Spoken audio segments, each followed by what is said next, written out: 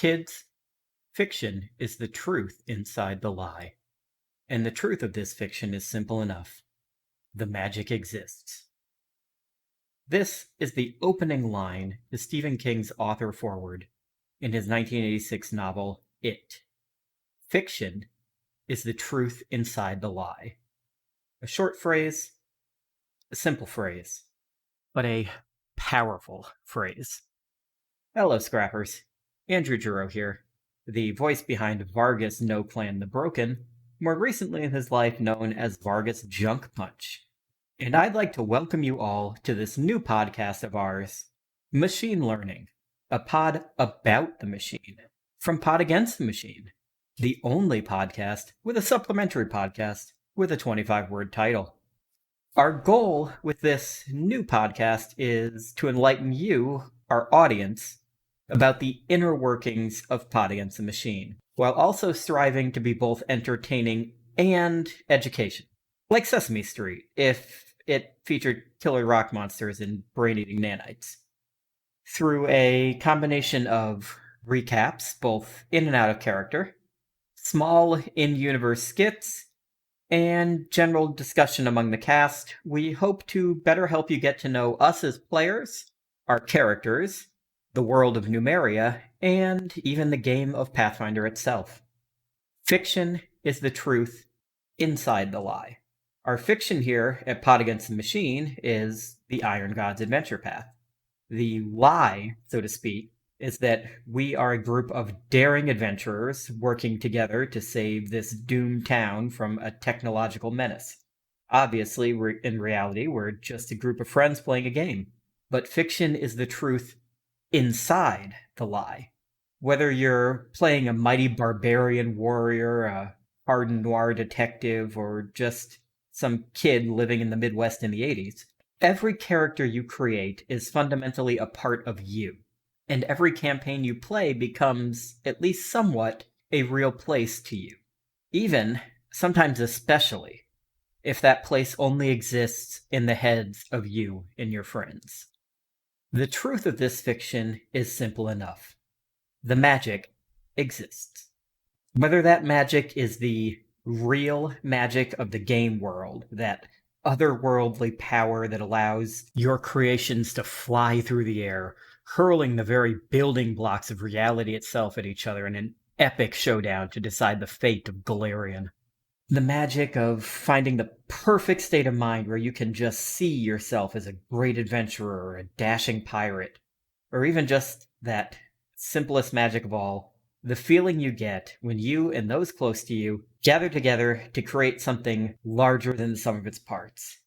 Whatever that magic is, it undeniably exists. So, in this episode, the next 2 episodes that should be premiering in subsequent weeks, and the hopefully many, many monthly episodes to come after, we here at Pod Against the Machine are honored to share our fiction, our truths and our lies, our unique magic with all of you. Welcome to Machine Learning.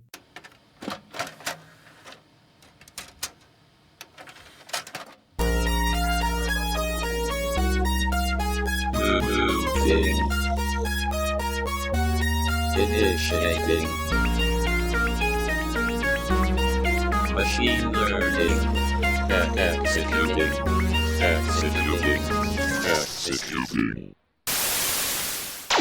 If you're like me, you can subtly adjust the color and texture of your skin to match your environment and thus hide from the never-ending stream of dangers that lurk in the world around us.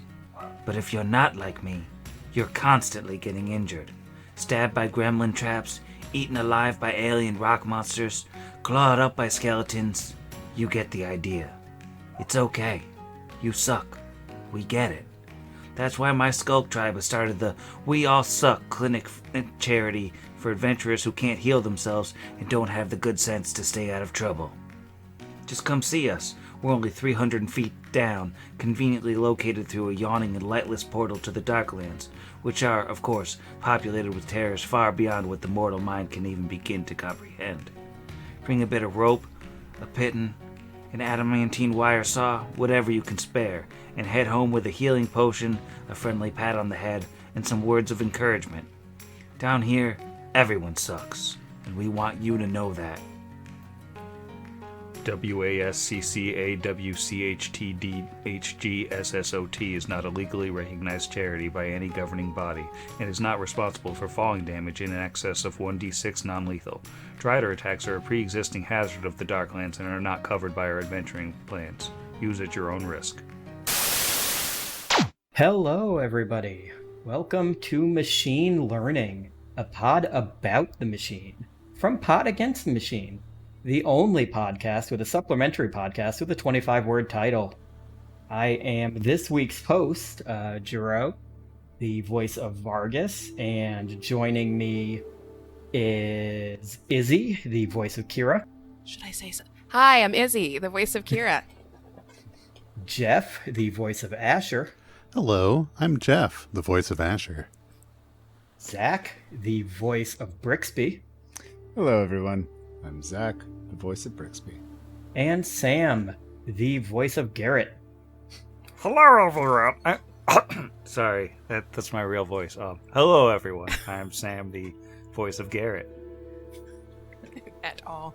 And we are here, as mentioned in the intro, to just kind of talk about the machine.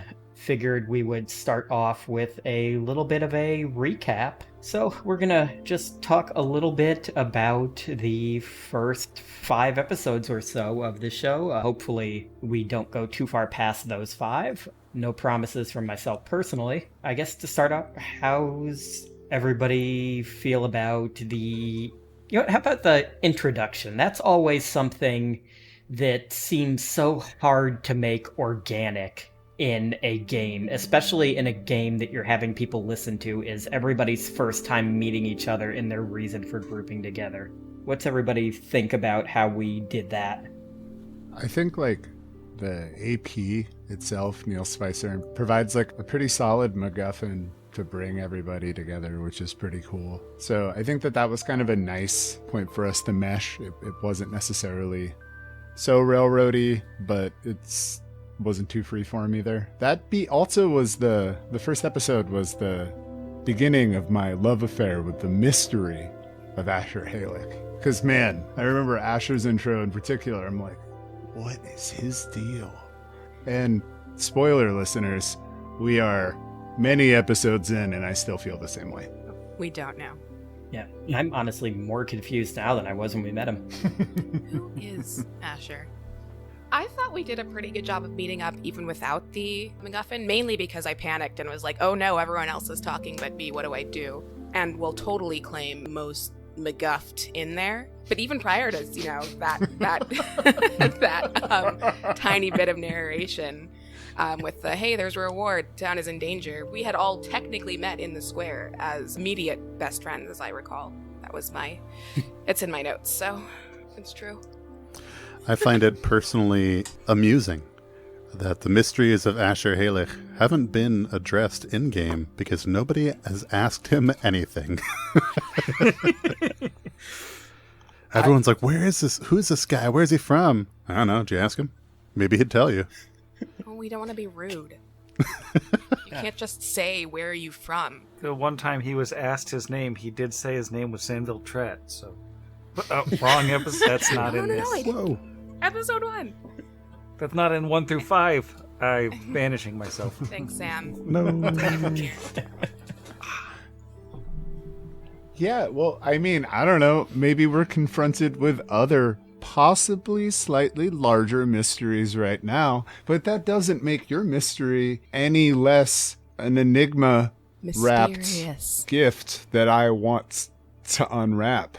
No, I mean, I think Brix is really interested, but it's crazy because a very short period of time has elapsed in game. But life-changing things have occurred between all of us as well in that interim, which I think, I feel like I know the characters intimately well by being in multiple long, arduous combats with them. But at the same time, I couldn't tell you what any of these characters were doing 6 days ago or something like that in game. I don't think Brix could. And I don't think anybody really could. odd when you think about it. Even by a little peek behind the curtain, we're recording this right before episode 14 goes out. Probably by the time this is out, 15 will be out also. But even by that point, a lot has happened. It's hours and hours of material. But in game, they've had maybe 3 full days together. And so, like, while us, the players, kind of feel like we know each other's stuff, these people are all still basically complete strangers to each other. And it's kind of weird to think about that, like, and that they're kind of working together, that they've become the very capable four, the defenders of Torch. I believe we're actually still on the second day of the adventure as of the end of episode 15. Is it only 2? Yeah. Yeah, I guess we haven't slept yet by 15, yeah. See, there's that particular marker we've identified as end of day that I can't give away because spoilers, but that has only happened, I don't even know, by 14. Hasn't yet. Well, because 14 is, I know we're getting a little bit ahead of ourselves here since we're supposed to be talking about 1 through 5, but 14 is the most exciting robot battle to have ever been recorded. Yeah. It's hard for us to remember back, listeners, because we've recorded 136 episodes so far. It's all in the very distant past. Yeah, we actually, last week, we had the boss fight with the BBEG, and we finished book 6. We're very far ahead of our recording schedule. We're really apocalypse-proofing this. I'll be celebrating my 40th birthday tomorrow, so you're all invited because the pandemic is over and everyone lives in the same city. Mm-hmm. Spoiler alert for, like, future times. Yeah, everyone on Earth lives in the same city, the last remaining bastion against the zombies and the murder hornets. You know, of all the sci-fi books to come true, Mortal Engines with the giant city on wheels really was not expecting that to be the one. Yeah. So I guess I have a question for everybody. And this is a kind of a hard one based off of the answers to that last question about us not totally knowing a whole lot about each other at this point in game. What do you think it is that drives your character to stay in this group? That drives your character to lay their life on the line? Episode 14, we've all probably at this point done some selfless actions for one another. Where does that come from? I mean, without revealing too much, because obviously there's... But I'm interested. I volunteer myself. I would say that Brix, I exposed a little bit of this in game, but like he's worked with a lot of mercenary groups before. He's acted as a guide primarily, so he's used to linking up with groups of people who are just bound by coin, but are kind of willing to risk their lives for one another for a very brief period of time towards a goal, and then everyone kind of goes their separate ways. So I think there's some operative understanding of like battlefield trust and experience that we've put together. But I think, and I mean, more of this will be revealed later. Brix is way less of the lone, independent, swaggling rogue that he comes off as. Chitterhome, the Ahsoki are extremely communal. They literally and figuratively live on top of each other. I think he needs groups to survive, literally and figuratively. No. Okay, there we go. Now, I can, over to Izzy. Yeah, piggyback on that in the sense that Kira is, like as an orc, she's, I think, technically at adulthood, but was raised with humans and is very much still in the mindset of coming of age, and this is how we're doing the world now. I'm going to go explore. Also, mild spoiler alert for episode 2? We pretty immediately find her best friend, dead, which she does with these strangers. And I think that it's not so much a vulnerable moment for her as kind of like a, well, hey, I don't want this to happen again. I don't really know these people, but this is uncomfortable. And I would assume if it happens again in any instance, it's going to be more uncomfortable. So it's partly just her being a kid and pretty lonely aside from Parda, and partly her being like, this is my first time on an adventure and I assume everyone around me will die if we're not super close. I can't say it doesn't really, and obviously we'll get into the rest of that stuff later, but it doesn't go much further than that. And going back to what Zach said before about us not really knowing each other, the rest of us don't really know how close you were with Parda. We just know she was a friend. I don't think you ever specifically told the rest of the group that she was your best friend. She was just someone you knew. To be fair, I didn't know that until we started. I had a line from Sam about Pardon. I was like, cool, I guess they'll be friends. Maybe more than friends. And then episode 2 was like, oh, no, okay, well, never mind. Yeah, the second you called it the dead friend blanket, not the dead best friend blanket, you put her in her place right there. There is a number. If this was That's true. if this was MySpace, Harder would probably be at like a 6 or 7. That's a lie. Kira has no other friends. She'd be at a solid 1, maybe 2, after Kira's mom. I would say Tom, Garrett, Sorry, Harda. 3. Right after Tom. Am I tossing it to Dro? Oh, okay. I thought you were going to toss it to Jeff. I was not ready. Haha. In Vargas's case, he is possibly not all right in the head. I'm being very deliberately vague to the point that I myself haven't even fully decided one way or the other whether he is actually getting messages from his god or whether he's kind of gone nuts, but he believes that he is in Torch for a reason, like for fate, and that it is important to get the torch relit. And I believe, like, his opinion on the rest of the characters, it probably started with, well, these people also want to do it, let's work together, it's better than nothing. And I feel like as they've gone on and they've fought together, because he is from a kind of group where when you battle together, like, that's the closest thing you can do, that's showing your true self to someone kind of thing. So I think he's gained a lot of respect for the other characters after seeing them fight and stuff. Or like with Kira and Pardo, like seeing that this one died in battle and this other one is mourning her, like that's something that that's something he has a frame of reference for. Like, he doesn't have a frame of reference for some of the other crazy stuff going on, but that part he gets. So I guess I'll toss it over to Jeff. Oh, I thought you were going to ask Garrett Garrett, what are you fighting why for? he's traveling with us. Yeah, so Asher, his motivations haven't really changed beyond what he described in that first episode between the town hall and the meeting outside Sandville Tret's tent. He wants to help the town and make a little coin, sees a noble cause, and just commits to it. He's that sort of guy who community is important to him. The well-being of this town is important to him, not for, as far as we know, any personal ties to the town or its occupants. Just he's a good guy, wants the world to be good wherever he goes, and if he can play a part in that, he's ready to do so. This seems like a good time to interpose. I have one friend who listens to this podcast because I have no friends who play Pathfinder. And that one friend's favorite character is Asher. Sorry, everybody else, and also me. Aww. Everyone I know's favorite character is Kira, so it makes me pretty happy that there's that one person, Fair including trade. my wife. Once we have, I'm not wearing it. We have friendship bracelets, so, you know. Do you have friendship bracelets, or do you have, like, marriage bracelets? You probably have marriage bracelets. In our culture, we have rings. Uniquely Portland.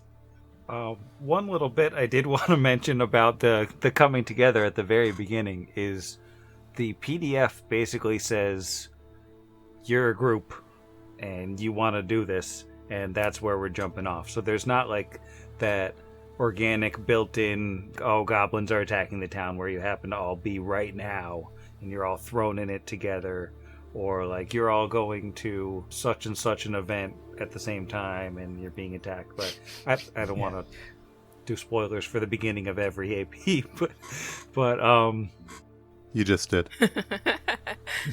Well, and this one is kind of unique in that it's an issue that's already ongoing when the story starts.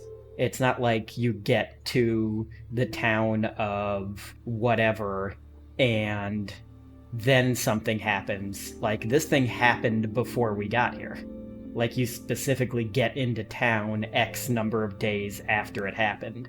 And that is kind of unique compared to the other APs, both that I've attempted to play and fizzled out, which was 2 of them, and the ones that I've listened to, which is another 3. They all kind of pretty much started with you're somewhere and then something happens. So this one is kind of unique, like Sam said, in that the thing happens and then you're there, the driving force. And I really like how at the start of this one, you always have that weird thing where it's like, why are a group of level 1 characters the ones that are taking on this task to save the town or to fight this evil? Because theoretically, there's already people in town who are tougher than you guys. But in this case, you've got several groups that already went down and never came back. So the town sort of already sent those people that are higher level than you that are supposed to be able to solve the problem. And now they're grasping at straws. So congratulations. Yeah, we saw how well that worked out for them. I'd say on the last topic of meeting up, and this is, let's see, so at full disclosure, I'm sure this will come up again, but this was my first actual Pathfinder game, my 3rd Paizo, and like my 5th really TTRPG. Like before that, it all been like play by post and pretty much that, or like video games, which don't really count. So I'm very much used to the like, we all start in a tavern somewhere thing, which there was an element of that. We don't know each other and we're going to go on this adventure. But I really enjoyed having that same, we started recording the episode, like 2 months after we all met? If that. And so now being, like we said, 2-3 days in the game, but like we all met last summer. It's so interesting to me to see how even just the way that we talk as in and out of character changes. And we've talked about that a couple times too, like just off the conversations that we have in between recording sessions or the conversations we're able to have between each other have changed so much since those first 3 episodes. We're kind of, hi, I'm Izzy. I will move forward 3 squares. I can do that, right? Can I move forward? No, I can't. Okay, I will not do that. Is like, I think adds an element of additional adventure friends. And hopefully no one dies, because that'd really... Luckily, Pathfinder is notorious for how hard it is to kill PCs in it. Especially in early episodes, too. We had some harrowing escapes. Well, maybe not escapes. Some eked out victories. That's a perfect transition then into our combat in the first couple episodes and the massive difference between our first combat and our second combat. Which, the first combat, Asher killed one of the enemies in a single hit in the first round of combat, versus the second one when half the party was knocked unconscious and the other half was blinded. And it wasn't by a color spray, somehow. I don't know. Yeah, so how did everybody feel about those first couple of combats? Really glad we didn't drown. That was good. First combat against those 3 glowy bugs, which I know there is a different name because we put it in Discord, but I refused to research. It was great. That was it. That was like our first on-air combat. Everyone did way more damage than was necessary, except for Brixie, but we don't talk about that. Zach looks upset for listeners at home.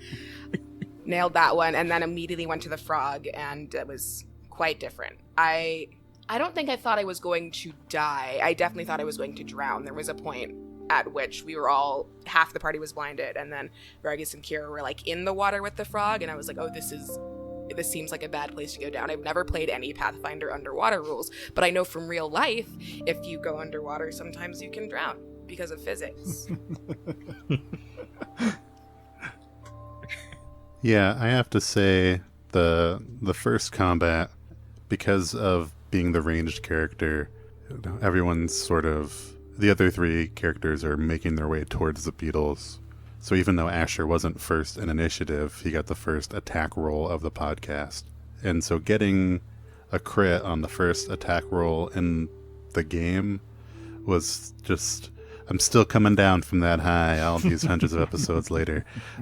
It was awesome. I felt really good about myself. And then to start off that next combat blind, it's like, well, there's some humility. Yippee. Oh. See, I like to keep my performance consistent whether I'm blind or I'm sighted. ineffectual. Your across the dedication board. to the craft. Thank you. Method acting, commitment, all of that. Yeah, no, I mean, I definitely, first impressions were like, wow, I'm really glad we have a ranged combatant who works against touch AC, because he is going to need to pull for himself and me as I waded my 20 feet round with my kitchen knife attached to my tail. Yeah, I learned pretty quickly that this is going to be an unforgiving AP for characters that are not capable of dealing high levels of damage in one go, be it big strikes or probably later vital strike pummeling style stuff and whatnot. Asher's gun, like, man, this is not something that you can just like nick and cut people to death in, which a small sized rogue is only capable of doing. Luckily, my personality makes up for my lack of utility in almost every other aspect of the podcast. Yeah. Thanks, Zach. And yeah, you did. You did. I live next to a train, everyone. That we'll call that part of the external podcast situations when I knew I was doing this podcast and I was like, I have to move out of my parents' house because I have a lot of background parent noise. And then I moved into an apartment next to an elevated train. Next to an elevated train. Yeah, you said before next to a train, but I didn't realize what you meant by next to a train. For the people at home who can't visually see this, we just watched a train go by out Izzy's window in the Skype I call. cannot tell you how many times I've had that exact discussion where I'll be like, just so you know, I live next to a train. I'm like pretty good at controlling that background sound. Discord doesn't usually pick it up. And people are like, okay. And then eventually someone's like, is that the train? I'm like, yes. You can wave at the people from your screen. It's fine. That said, Yeah. it'll be really easy to get to work one day. Maybe. I was going to say it's convenient, at least. Oh, you could Spider-Man. Just jump out onto the Yeah. train. I've My considered it. immediate thought. For those of you listening at home, we do not recommend jumping out of a window onto an elevated train. Yeah, our lawyers specifically say that one's a no-no. Unless you have a couple levels in Black Powder Vaulter. Ooh, Or maybe Vexing Dodger. true. Okay, so what else happened in those first couple ones? Oh, we met the Skulks. That was a lovely meeting. And my first question for this is actually going to be for the DM. Were you expecting us to be friendly to the Skulks? Or was the game expecting us to be friendly to the Skulks? Or was that expected to be a combat? The game puts it out both ways. The Skulks kind of don't want to fight because they just got housed by some other groups, and they lost their leader, they lost most of their numbers, and they would rather not fight. But I thought with how Kira was reacting to Parda, knowing that they had killed Parda, I thought there was no way that wasn't going to be a fight. So I was surprised at that point. Yeah. To be clear, I was fully ready to fight, but also Izzy was like, I don't want to be responsible for anyone's character now. Well, it's gonna be a bummer. Slash, I think we came out of the frog fight, half the party blinded and the other half down to what, like 2 collective HP between us, so Plus, we got the gold. You suck out of that came from Kara's hate of the Skulks in general, and we milked that for a good at least 5 episodes, if not longer. It was our first podcast joke, which I think is for those at home. I just simulated marking one on the board, but yeah, I that was Still also waiting for the second one. The Seth voice was a good one too. It was a susurrous experience listening to your sibilant sing. I forgot Seth wasn't the leader. Kira has mostly negative feelings, but again, Izzy is like, love Seth, we're best friends, this is great, and I totally forgot that she was not originally in charge. Yeah, that's kind of like AP back matter that there's never really a reason for you to know, but there was a sorcerer in charge of their group. That sorcerer is dead. Well, honestly, looking back on the decision to move to a primarily rope-based economy doesn't seem like the well thought out, even-handed policies of an experienced leader. I mean, I don't know. I mean, not to question. Well, Seth is nothing if not practical. You, my friend, clearly do not understand how useful rope can be. This one time I started a podcast and it turned out none of the characters had rope in those kind of initial test games. And there was, spoiler alert, they all died at one point. Unrelatedly, perhaps. We can't prove that. Correlation sometimes is causation. Yeah, I don't know if we've ever actually mentioned on the podcast that when we did test games, I did a couple of homebrew scenarios, and in the second one, I overtuned the crap out of the end fight, and it killed everybody. Killed everybody real bad. Yeah. It killed the level 5 versions of everybody. They were level 3. When you guys were level level 5, 3, you yeah. came back and mopped them up. Oh, that's right. The third test was level 5. That's right. Which I assumed we would make part of that, because one of the questions was, how did we all meet? Yeah? And I was like, that's a fun story to tell. So we'll just transition there. Drew, I'll take over. Please, I'm not doing that. Don't. Yeah, that's actually, okay, so, and I think one other big notable thing that happened within the first 5 episodes, we had the imp fight, which that had some interesting stuff. That was, I think, our first issue with possibly accidentally bending the rules a little bit with the invention of flanking for tiny creatures. Yeah, and the problem with that is basically, I get that. I mean, I get it now. I was totally just wrong when it was happening. But, like, if those things can't flank, they can't hurt anybody. They can do 1 damage ever. And the traps are there, and they're kind of a real threat, which is fun in its own right. But, I don't know. I thought it was a little bit more fun if those ones were actually able to, like, all basically be climbing all over somebody and in that way doing extra damage. Yeah, like Swarm You. Yeah. As the episode was called. consensual swarming. But the other big thing was we got our first glimpse at ancient technology. We saw our first robot, and we saw the entrance to this area that, as we eventually find out, is very technologically advanced, especially in terms of Pathfinder. But yeah, we fought a robot, which doesn't happen very often in the Pathfinder game. Spoiler alert for people that might be getting wrong ideas about how the technology levels in this game normally work. Robots are kind of rare. So us running into that janitor robot was a bit of a sharp swerve compared to the kind of enemies you're used to fighting in a Pathfinder game. Was everybody's kind of opinion on just in general? You know, well, kind of, this will be our last little bit of the recap. Just a quick thing of, what does everybody think of this being kind of more sci-fi-ish than a normal Pathfinder AP? I love it. Short-lived cartoon from my childhood, Thundar the Barbarian. I don't know if anybody watched this before. Okay, yeah. It's like basically in the year 4000, Earth has been racked with a bunch of different natural disasters, I think caused by a comet or something. Regardless, it results in this Conan the Barbarian style world that also has sorcery and sorcerers reanimating old technologies and robots to fight these kind of like savage barbarians, right?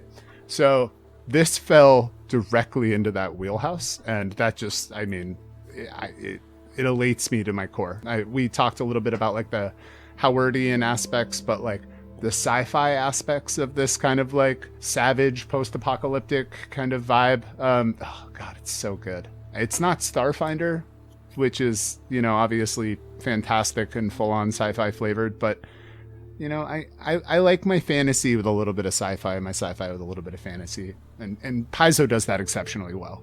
But yeah, no, I mean, I love sci-fi, and this hit a perfect note for me. I have never played another Pathfinder AP, so as far as I'm concerned, this is standard. I had played since the Starfinder, so this felt like a solid transition. I had also spent all last summer before playing Horizon Zero Dawn, so I was very excited to be like, yes, I'm gonna ride metal dinosaurs. We haven't done any of that, which is fine, but I will keep an eye out because I want to do the thing where you climb up on top and you stab them in the head and you get a map of the situation, as you do. Mm-hmm. I'm not largely blank stares, which is fine. Thank you, Zach. I don't have a PlayStation. It happens. It was an appeal to me, not to spoil the question that we'll answer about how we all met, but seeing that this wasn't just going to be a podcast for any old AP, but for Iron Gods. Iron Gods has been high up on my list since I first heard of it, precisely because of the blend that Zach talked about. Sci-fi, the fantasy, mashed together. I'm here for it. Really, it's as simple as that to me. Numeria is such an interesting place. I've intentionally not looked into it a lot because I didn't want to spoil this AP in hopes I would play it someday. But just conceptually knowing the sticky note version that I knew, I was very excited at the opportunity to play Iron Gods. Can we roll that into our how did you all meet? Because I'm very curious how you all met. I just assumed everyone had met at birth, and then Sam was like, we need one more person. It's true. Raised as a pack. Yeah. It was a whole Final Fantasy VIII thing where we had forgotten. I was going to make that together. joke.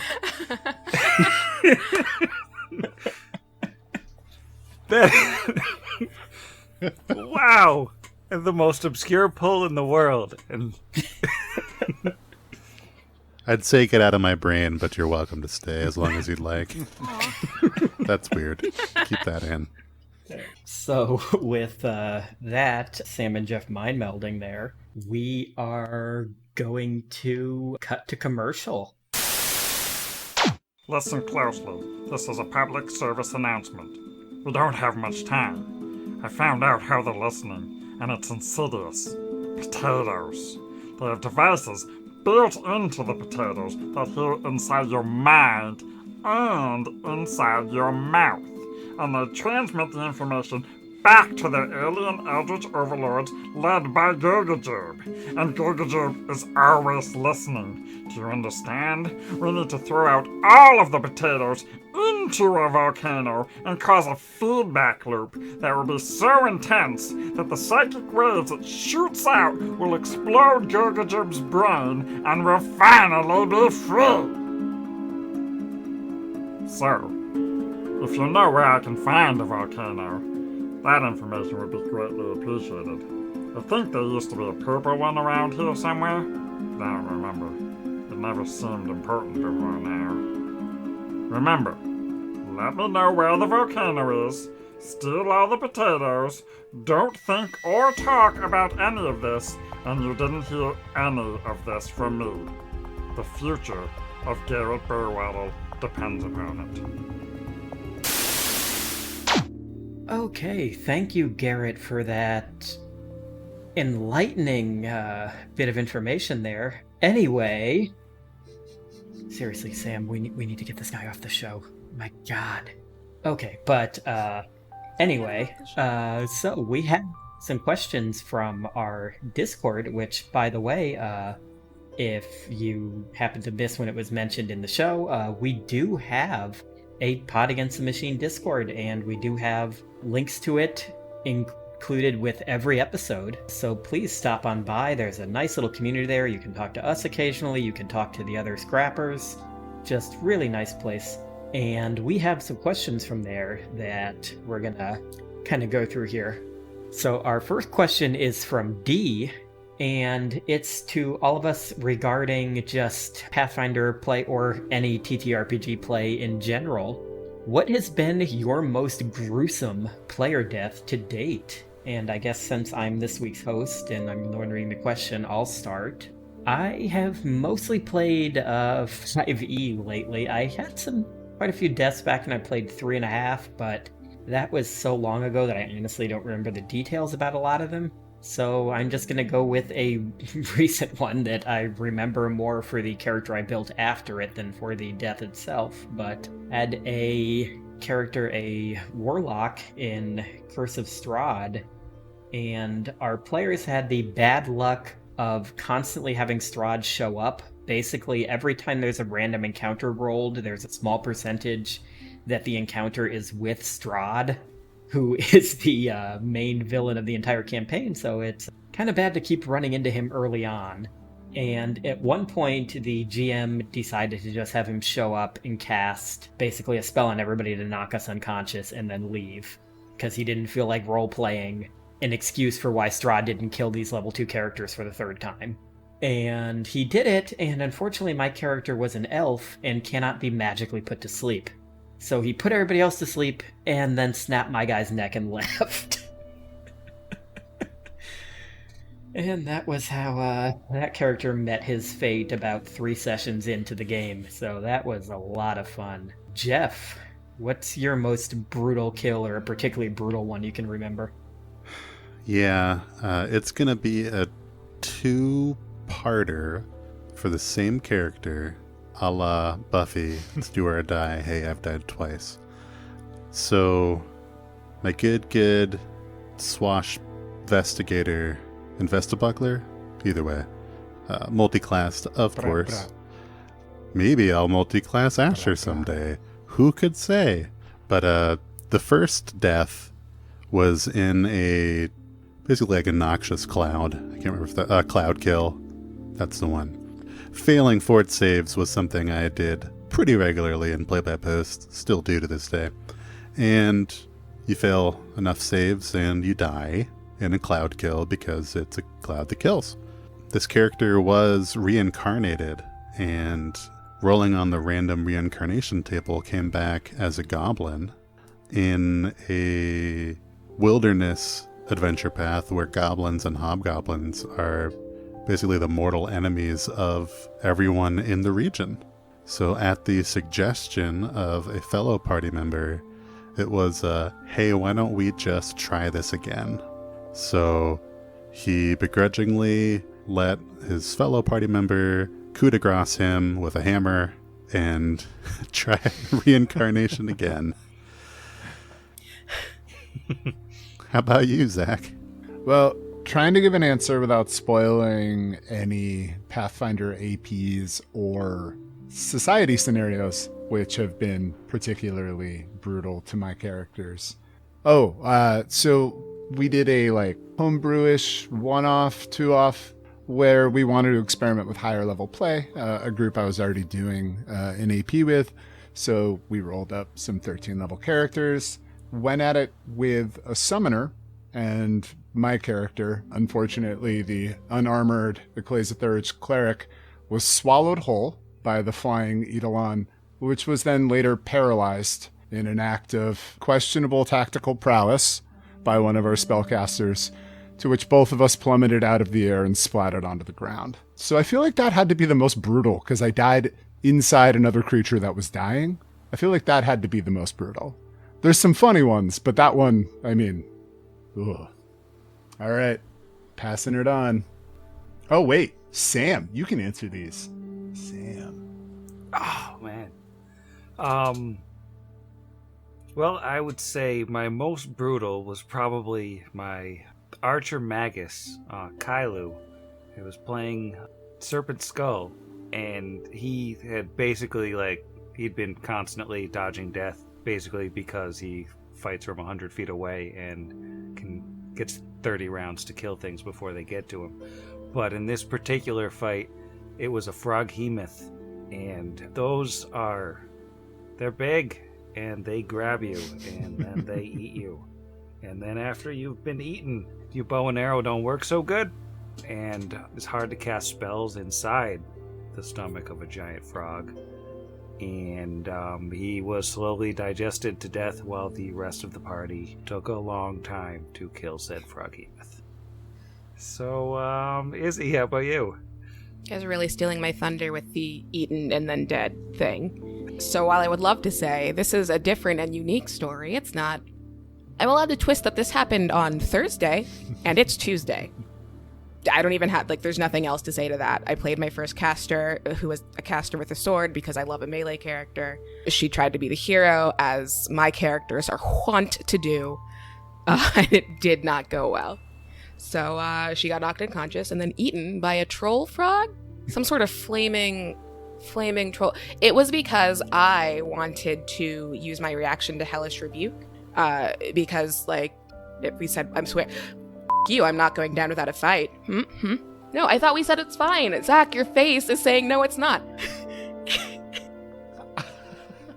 I was lying, but it's because Jeff is my pop-up. It's because I got to see Jeff's face quickly before the audio came through because they're a little out of sync. And I knew it was a swear because Jeff's eyebrows just turned It is your in. fault. It's your And fault. I was like, oh, here it comes. Goodness, Fine, I'm okay. sorry. It's my So- fault. I was joking when I said that Hey, we could guy, swear. I It don't know isn't. what We're- you We're say, not on but not Sirius that. XM yet. We will be. I did not want to go down without a fight. So I didn't. I used my reaction to Hellish Rebuke when I should have used my reaction to Shield, because apparently if you get, if you get clawed twice by a troll, you get additional damage, which I did not know about, which is just enough to murder me slowly. Well, knock me out and then murder me slowly. And that's my lesson learned on swears and on reactions. Both reactions in a way.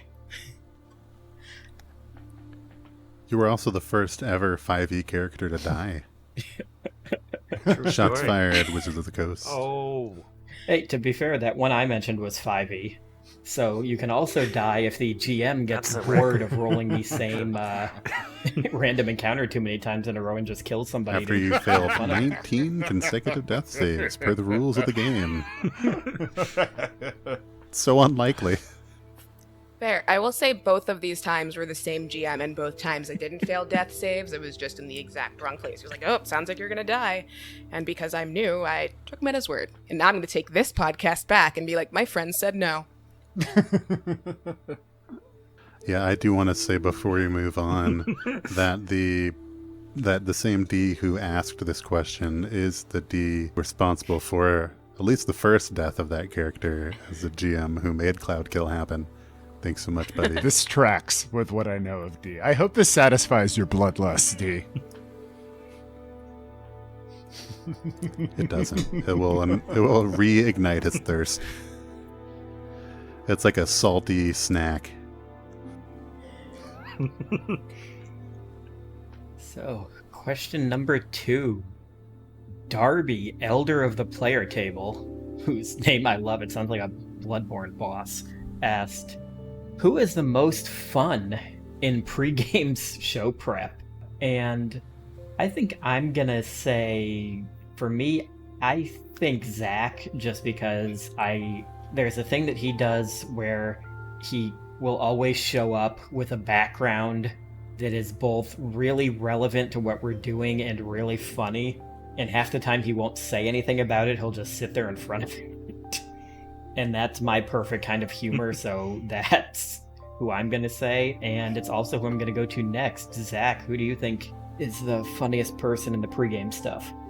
It's hard because I think all of us, when we don't have our recording jitters, can be a lot funnier and goofier than when we're like, oh my god, I'm going to say the wrong thing and get all the rules wrong. But my answer, without a doubt, is Jeff. Just because when I edit stuff, it is more often than not the silent killer of Jeff just getting something in just slightly. And then I notice it 2-3 seconds later and I'm like, bah! And it just, or later on editing, and it just kills me. Yeah, solid delivery, great dad jokes, and I'm gonna now kick it over to you. This has turned into such a little compliment circle, Jeff. Aww, guys. Yeah, I would say it's hard to decide between everyone as well, but Sam and Zach both really crack me up. Sam's kind of understated, deadpan sense of humor really gets me, for sure. And conversely, on the times I've edited, it's like, man, these two are having these amazing cereal mascot conversations. And then the rest of us can only hope to contribute a reference. And it's just like, man, these guys are great. Yeah. I mean, Izzy, now you have to vote for yourself, but it's okay. That way everyone gets complimented. I was going to say that should go to Sam, but cool. Yeah, Sam. Who's your favorite Sam? Well, I have to say, during pre-game prep, I have no idea what any of you are saying because I'm all very serious and locked in and working on all the things like posting last week's episode because He has us on mute. super on time. I have everything on mute. best I'm talking to material. cats. I have no idea what's going on. But when I do come back and like actually edit the episodes, I will give Izzy points for all these little jokes that she's making under her breath that are only picked up if you're specifically listening to her track, and they're hidden in there, but they're like little like prizes in the cereal box. And I try to amplify them, and then it's too low because you're whispering off camera.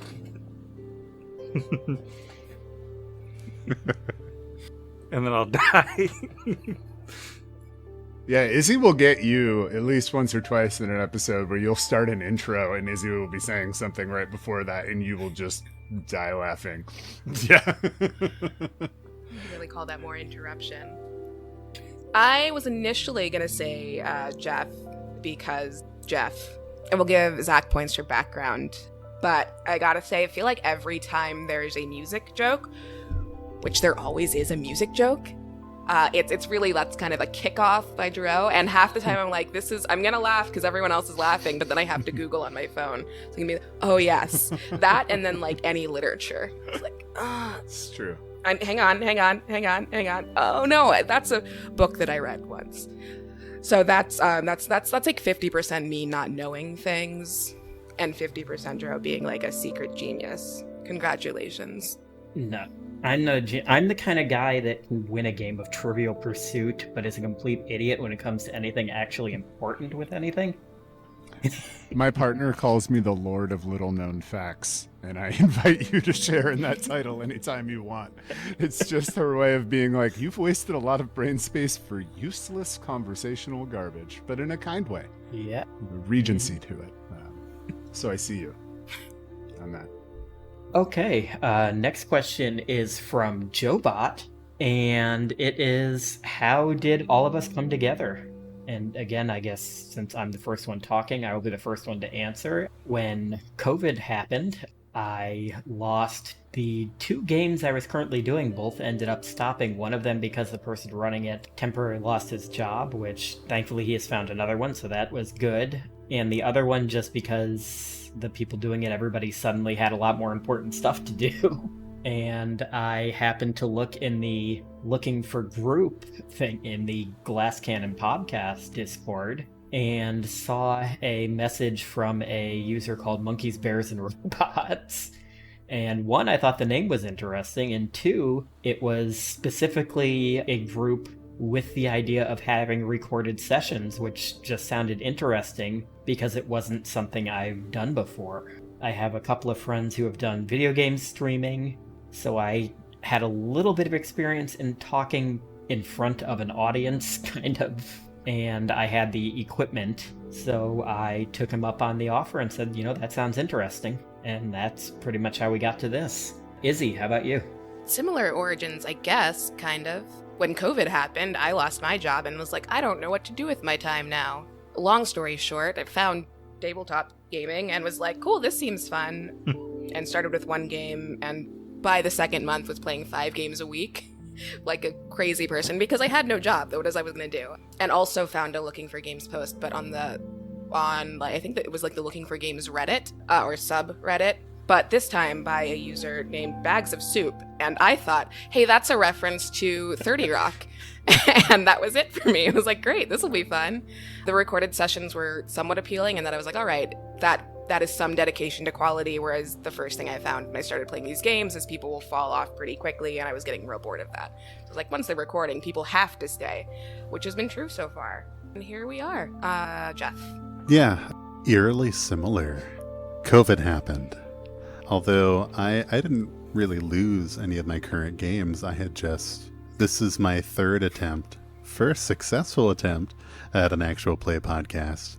I was a player in a short-lived, never published Tyrant's Grasp podcast. It was going to be great. And then a player in the, I think technically on permanent hiatus, probably never going to happen podcast. Sorry, fans.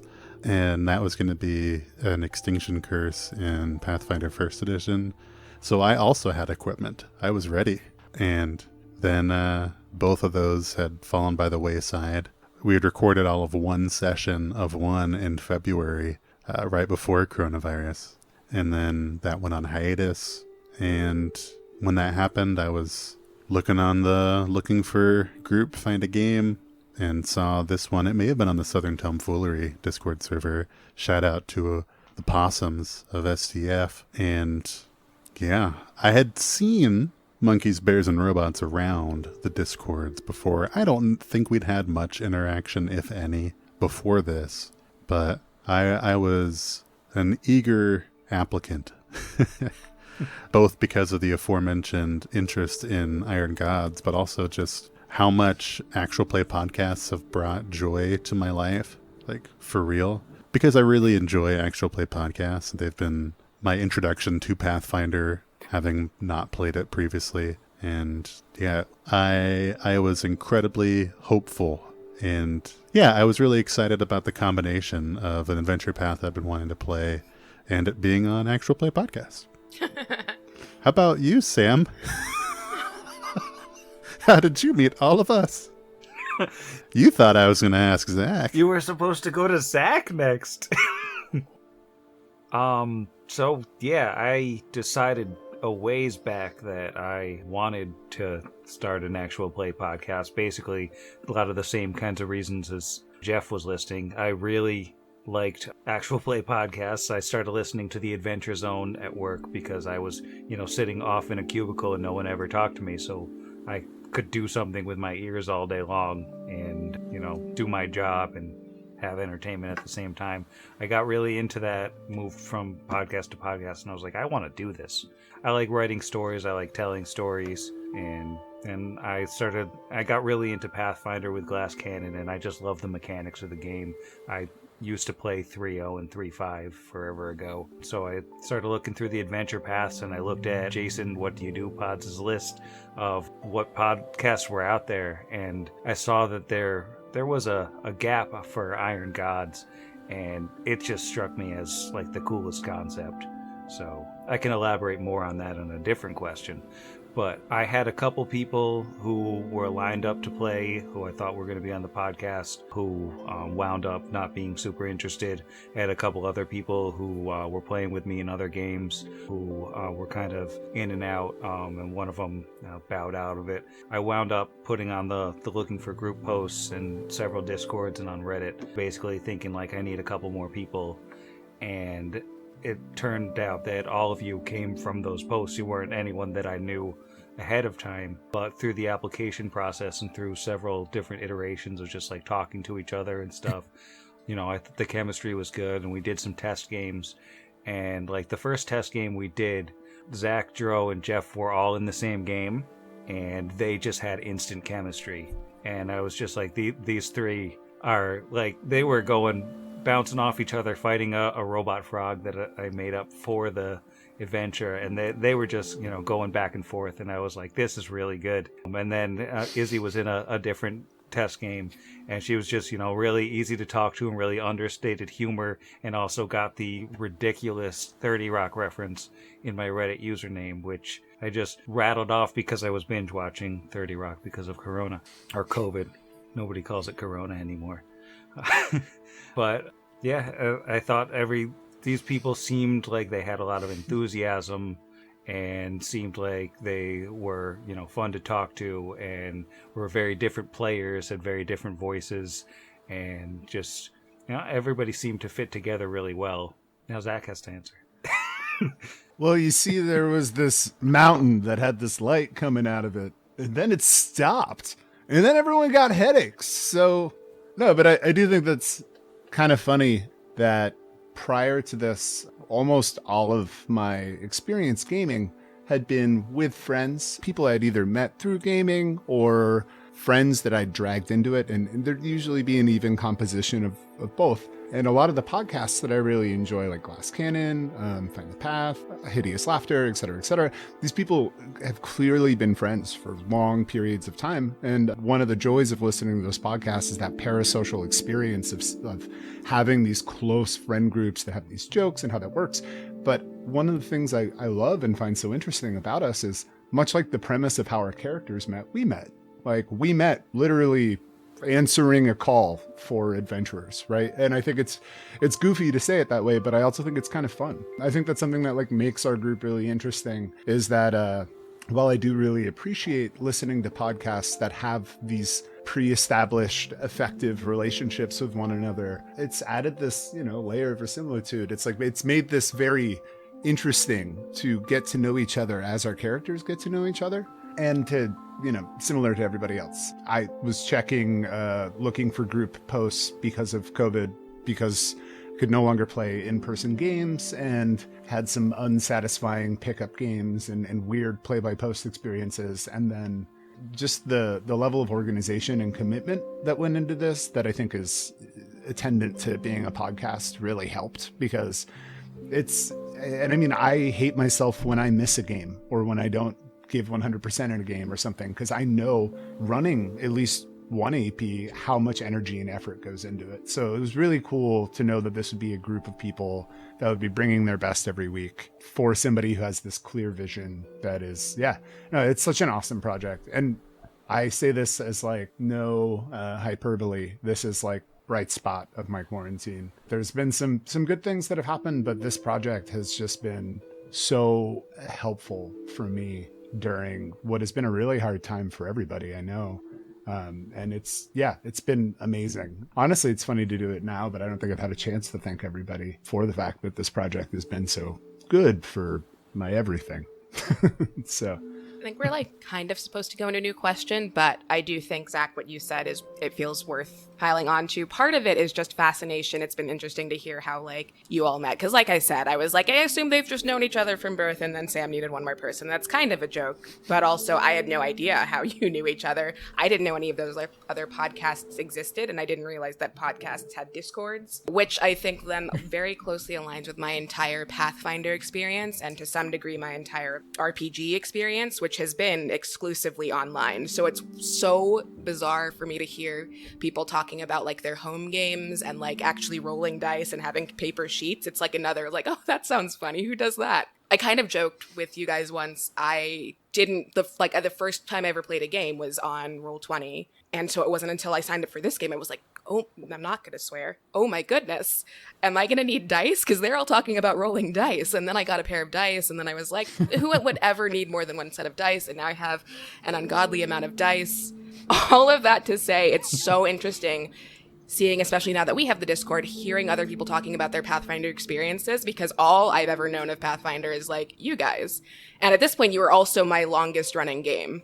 I think every other, because I didn't start until last summer. I have one group that I've played a little more with, but we're much less consistent and so much less professional. And probably because I met that group online like I met you guys, but working toward the goal of podcast has like given this a different, let's see, how do I say this without being weird and gross? It's just, I feel like we are friends as opposed to that group where I'm like, these are people that I sometimes play with. And it's bizarre, right? Because I would say at this point, I talk to you all more than most people. I changed job, like I live alone. So, but this is like a consistent fun thing. And I'd say obviously COVID is the worst, but like this is a fun, bizarre, if you had told me a year ago so many of these things, maybe in March by this time last year, I'd have been like, I could see that in a year. But if you told me to be doing a Pathfinder podcast with a bunch of strangers on the internet, I would say, what is Pathfinder? So I would also like to thank you all for this being an experience wholly different than anything I could have anticipated. And all good. Good for you guys. Yeah, as considering my first two attempts at actual plays failed before they were ever released an episode. I mean, this has been phenomenal. It's been something that we've all mentioned, but, well, 4 out of the 5 of us have mentioned wanting to do something like this for a while. And likewise, my only other game I have, which started as an in-person game locally and then transitioned to Roll20 during the coronavirus. I joked that it was my bi-weekly, in quotes, game that I hadn't played in 3 months. And then it's technically on hiatus, asterisk. But yeah, the consistency, the friendship that's growing almost as close as our characters now, I think. Yeah, almost, I joke. But yeah, this has been the same. Best part of coronavirus has been bringing us all together. I mean, really, the Adventure Path's success has been the friends we made along the way. Maybe the real pandemic was the friends we made along the way. Nailed it. Oh, yes.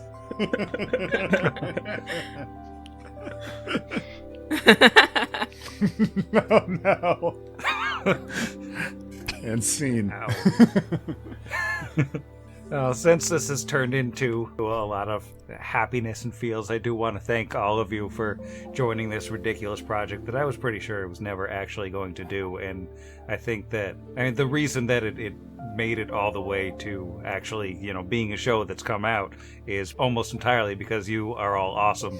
And I probably would have given up if you weren't all awesome. And, now we have a show that I like a lot, and hopefully people out there like it a lot. And I think it's a cool... Portugal and New Zealand. Yeah. Love us. It's true.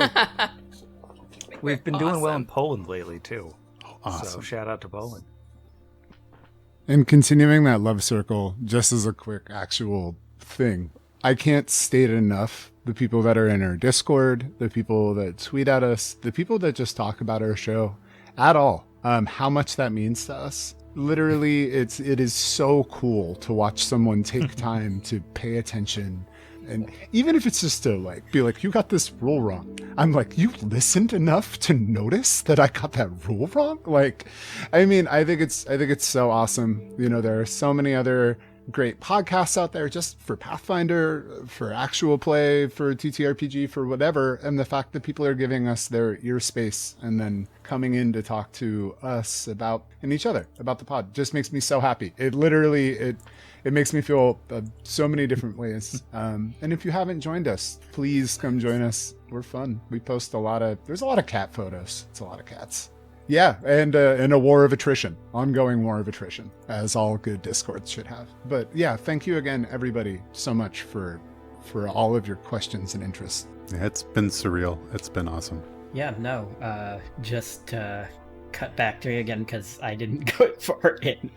Didn't realize how real this last question was going to get. But yeah, no, I just got to pretty much echo what everybody else has said. You guys have all been awesome. And like Zach said, it's amazing to me that when we released our first couple episodes, because we released 3 of them on the first day just to kind of get it out there. And I remember at the end of the day, Sam saying oh yeah, we have 50 downloads. And I'm like, no, we don't. That's not, there's not 50 people that want to listen to me play a freaking TTRPG game. That's not something that happened. Now, at the time of this recording, we're at close to 8,000 total downloads across multiple platforms. And we have a Discord where people are on every day talking to us, talking about the show and their favorite moments and stuff. It amazes me that this was not only something that worked, but something that people are getting enjoyment out of. And it's just incredible. And I want to thank the rest of the cast. You guys are awesome. And I want to thank all of the people out there in our community, all of our scrappers. You guys are all awesome. And I hope you have all enjoyed this first episode of Machine Learning, a pod about the machine. By Pod Against the Machine, the only podcast of the supplementary podcast with a 25-word title. Good night, everybody. Good night.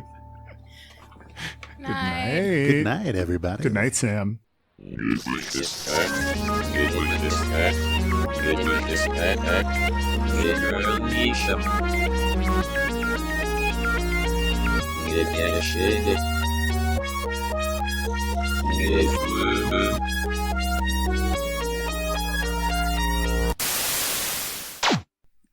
when the when the murder hornets came. So we're gonna have to cut that part out because of how the joke that I didn't know enough about didn't land. So we'll just trail off there and call it a day. I'm gonna go to bed. Good night, Night, Izzy. Izzy.